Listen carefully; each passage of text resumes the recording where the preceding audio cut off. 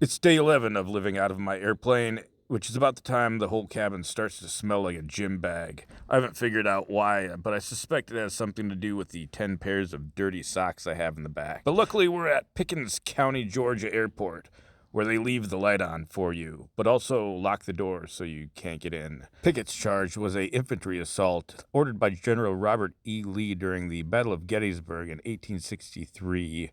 It also has nothing to do with this airport. It's not even spelled the same. But luckily, it's only a short walk into town to get some hot enchiladas and also stop by the local Kroger for supplies. That's not the Kroger, but it's good information. It started getting dark, so I need to figure out what I'm going to do. I could fly at night, but I was getting kind of tired. So I found this convenient place to put up my camp and get a pretty decent night's sleep. Then load up the plane with now 11 pairs of dirty socks and head out to the runway for a full beans takeoff. Over to advisory frequency. See